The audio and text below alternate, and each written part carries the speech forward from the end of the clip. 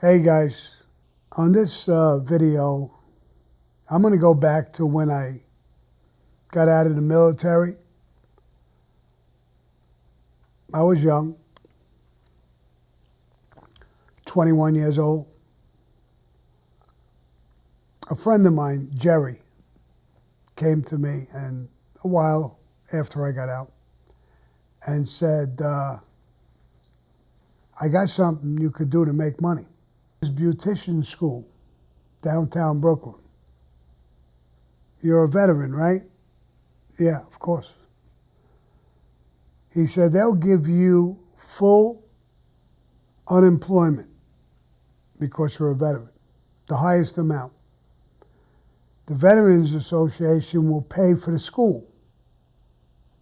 And it'll be great. I'm going. I'm signed up.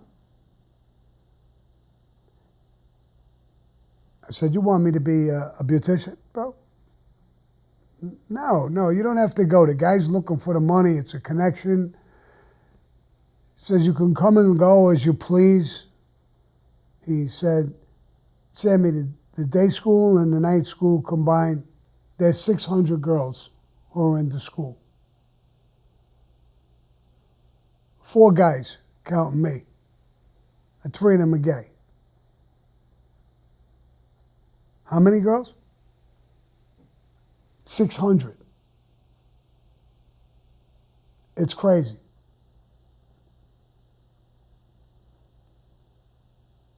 All right, I'll get the papers and my discharge and all that stuff, and I'll go down and see him.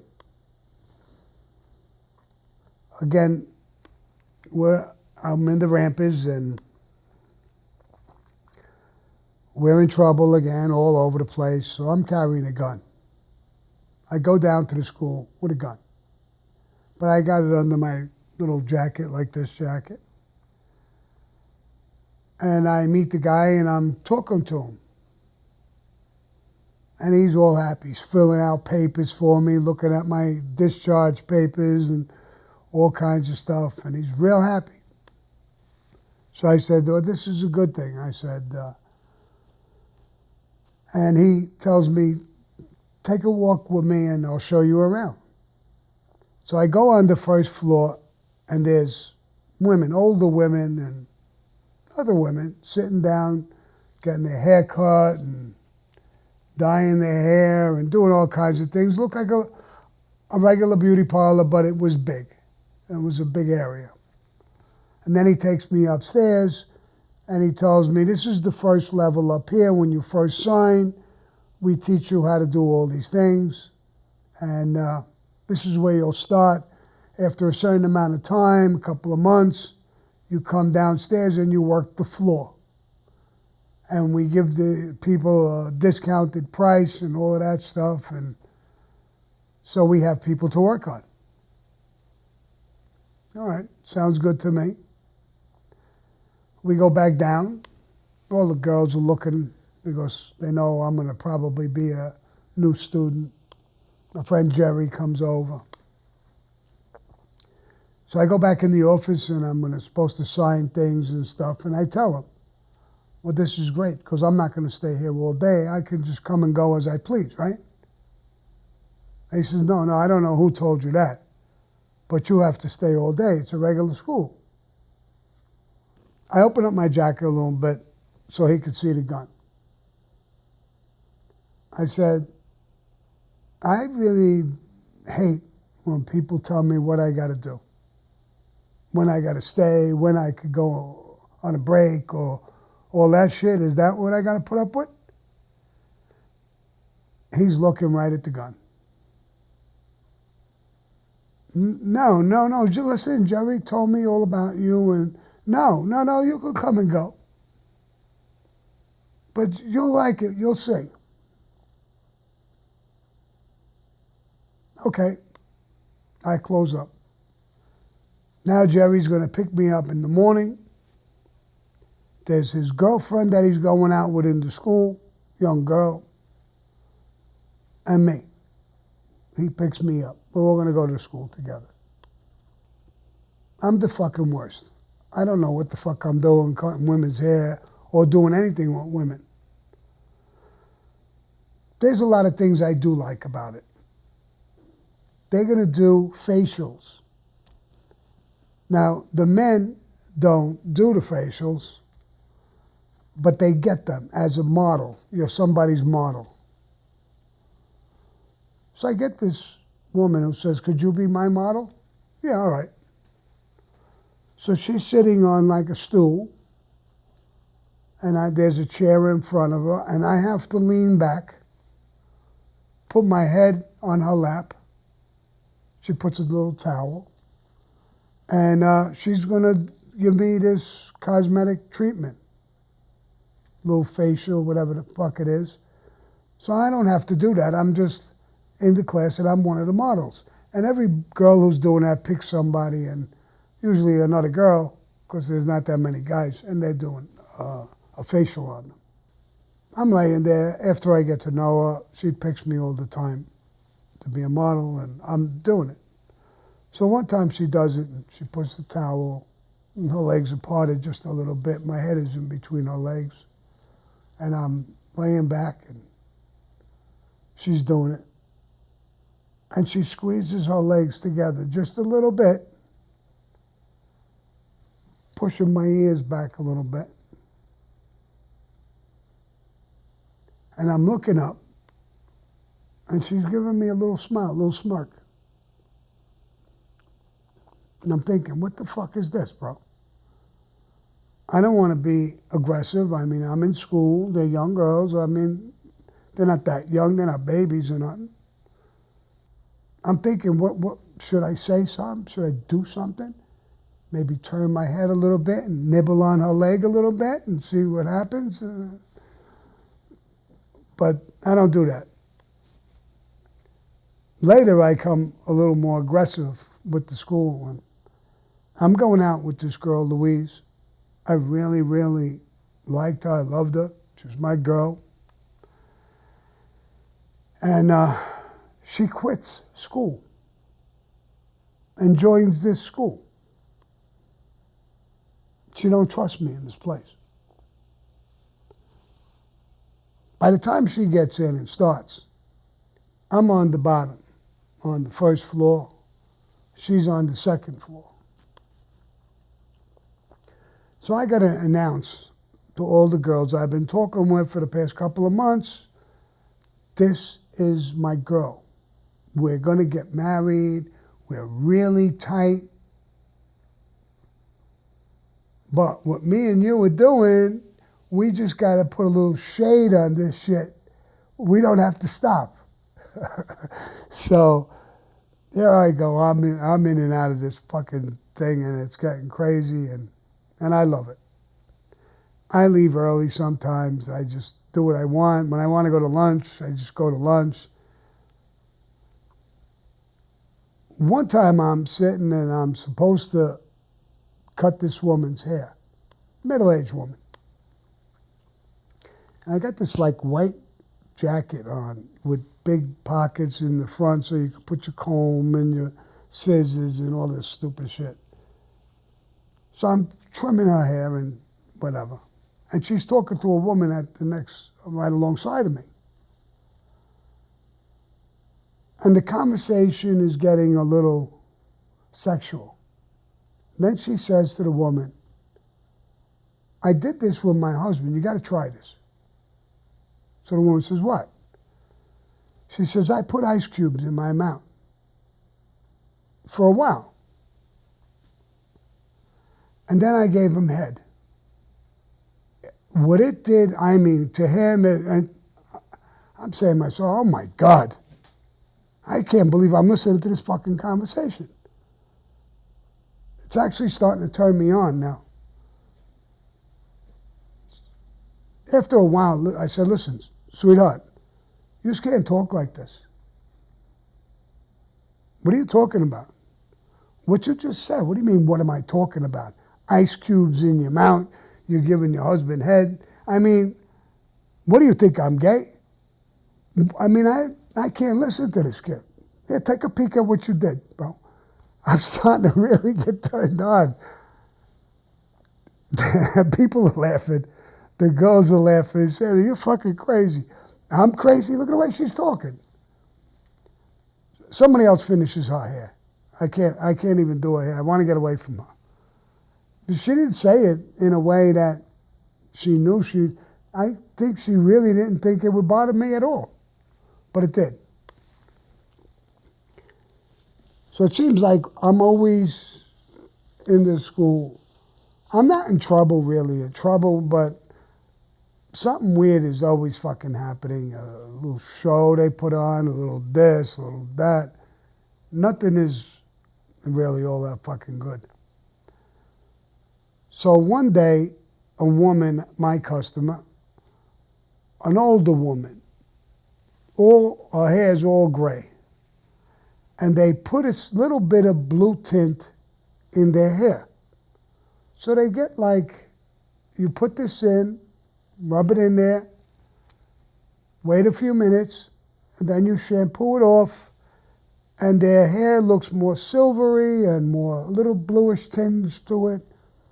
A lot of you women probably know what that is. So I'm told to do that. And the guy gives me this little bottle of blue dye, I guess. I take it to the back. She puts her hair back in the sink, and I'm washing her hair. And then I get this blue dye, and I put it on her head. And I'm rubbing it in. Nice. Nice. The fucking blue is so blue, it's crazy. It's fucking sky blue. It's fucking, actually a little darker than sky blue. A real bright, bright blue. So I let it sit for a couple of minutes, like I was told. And I get shampoo, and I'm shampooing her head again to get it off. It don't come off. It's all blue. I wash her hair again. I'm rinsing it off. Same thing. I can't even imagine the blue. It's so fucking blue that you could see this for fucking 8 miles away. She looks at me, she says, "Is there a problem?" Oh, no problem. I just, want to get it right. I just want to get it right. Maybe I'll put a little, I don't even know what the fuck to say to her. I don't want her to get up, because if she looks in the mirror, I know she's going to go fucking bananas. I know I did something wrong. I don't know what. So I said, I'll be right back. I just want to get something. I get a little more shampoo. I want to do this right. And I start walking. And one of the girls says, "Oh my God," real low, like, "What did you do, Sammy?" I says, "I didn't do anything. I gave it a blue dye and I didn't do anything. It won't come out." "How much did you put in?" "What do you mean how much I put in?" "The whole bottle." "It's a little bottle." "Oh my God, you got to mix a drop or two." A drop or two? Nobody told me that. So I go to the front. I want to get the fuck away from this. I put the whole bottle of blue on her head. The guy says, "Hey, Sammy, how's it going?" "It's going good. I'm going to go to lunch. I'm leaving." "No, you got the woman in the back. You got to finish." "No, you go in the back and finish." "Bro, you can't miss her." "Oh, fuck. She's got blue hair." "What did you do?" "Nothing. You got to wash it." I did wash it. It doesn't come off. I'm not going back to this woman. You go back. "Sammy, wait a minute." I'm not waiting for nothing. Now I'm walking out of the school. I'm leaving. I'm not going to hear this. The next day I go back, and all the girls are laughing. Every girl in the fucking school, if there's a couple of hundred during the day, they're all over me, telling me what happened. The woman went bananas when she saw her hair in the mirror. They had to give her free haircuts, free dye jobs, and free shit. It's got to grow out. You can't even get rid of it. You could, I guess, strip it, but they'll wind up going bald. I actually finished the school. Then I was supposed to go, and you go for a license, you go for these tests, and you got to cut hair. and you got to do certain things, and they watch you, and they grade you, and that's how you get your license. So I get my sister, who's going to be my model, and I'm going to take her to the state board to take the test. So what I do, I know she's blonde. I know the color of her hair, and a day or two before, I get, she goes for a haircut. I pick up all her hair, and I put it in a paper bag, plastic bag. So when I go down to the state board, I take it to the sink, I wash her hair, I mess it all up. The woman is looking, she goes the other way. I take the bag out and I throw the hair on the floor, and I got my scissors. It looks like I'm clipping away. I fake it. I pass the fucking state board. The woman comes up, oh, it's a great job. Because she runs her comb through it and she picks it up. And great job, you did very, very good. Yeah, thank you. I didn't know what I was doing, so I took it. So, end result, that's the story of my thing. And I didn't finish school yet, so I had to go back. I passed the state board. And I go back to the school. I'm getting the license. It's going to come in the mail. I got a couple more days or a week to finish up. I get shot. I'm by Freitag's store. I never told this story because in a way it didn't make sense. But I come out of Freitag's where we hung out, and the lights are out again. This is like when Jimmy Emma got killed. The same fucking thing, the lights are out. I have a gun on me again, just about all the time now. And I look at what's going on, and I take my gun out. I don't know what's going on. I see somebody walking down the block towards me. And he's got a big hat, a fedora, with the brim down, his neck and his head down, and he's walking towards me and crossing the street. My gun is out. I'm ready. And I'm watching him very closely. He's coming closer and closer. I'm not concerned. I hear something behind me, and I spin around real quick. I don't know if it's a trap when I'm in. Nothing behind me.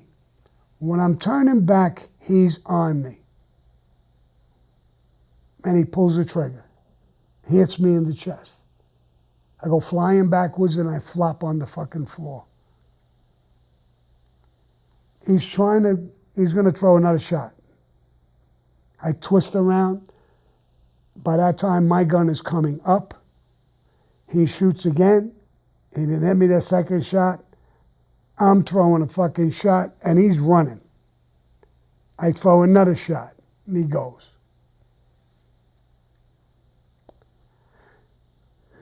I wind up in the Victory Memorial Hospital.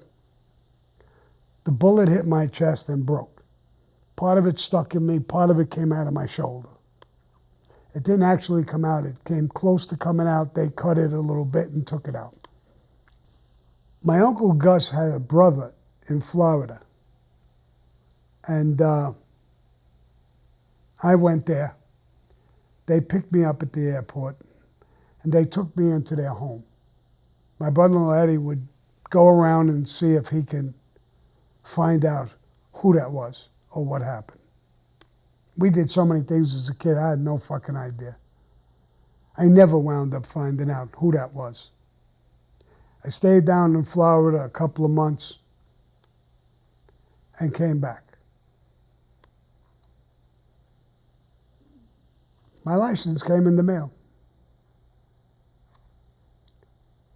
Louise left after I was shot. And I met her again as soon as I got back. We stayed together for a long time. And then we broke up. But that's a story for another time. So there I was, a licensed beautician, a bullet hole in his fucking chest, involved in shootouts and every other fucking thing. Eventually I would tie into the mafia. And I'll talk about those stories at another time. If you like this video, hit the like button, subscribe. You guys probably noticed that I opened up a program on Patreon. The story of my life and the story of the mafia, and a lot of these stories are going to come out. Commercial free. And a whole bunch of other things. You could also see episode 2 to the podcast. It'll be released on there on February 8th. On the 12th, it'll come out to the rest of the world. You can go to that link, check it out, see what it's about. I'll see you there. Adios.